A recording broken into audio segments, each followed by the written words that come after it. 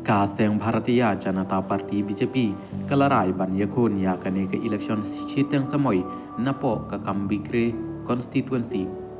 habayatu syapang kane ha kasngi nangkong u state president ke BJP u Rikam Jimomin ulong ha oi ngaladep ban pentip syakinong ilam kaseng kami bat kila monjur hanrai namar ba menta kila don katu katne ki jingkatla kumta ngi habban kerpat biang yaki Hanrei kumba 4% ngin yakun bet ya kani ke election sheet yang samoy.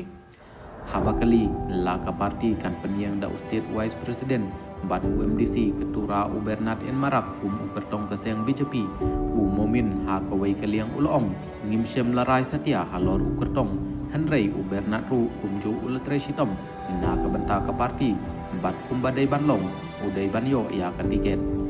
ulong ru ba ka BJP kalarai ban yakun marwai ya ka election na kam bigre bat kamdon kanu ka jingtmu ban pan ka jingkersan na ka National People's Party NPP namar bangimut ban yakun kumtang ngimdon kam ya ka jingkersan ka jongki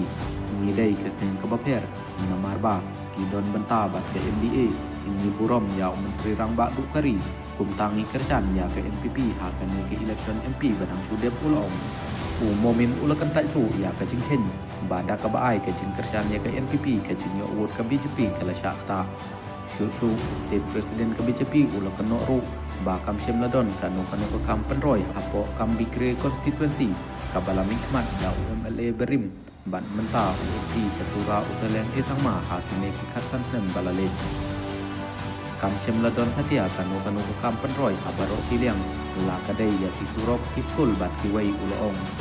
ha kawai pat kaliang umong aitin ke BJP uba khakrang ulong ni lakwa ban yakul himarwai wat ha ke election MP hanrai namar ba kadon ke jungta napo ki ngilam ke seng ni ke BJP bat kumtang ni aban munjur ya kani karai habayadai bat ke jingdawa ban buangno ya umumin state president ke BJP uba khakrang ulong ba kam syem ladon kanu ke jingnya paj hapo ke parti kidon kato kane ki breu ki bamseu bha bat ka parti bat ki dai kine ki bachna ya kine ki khana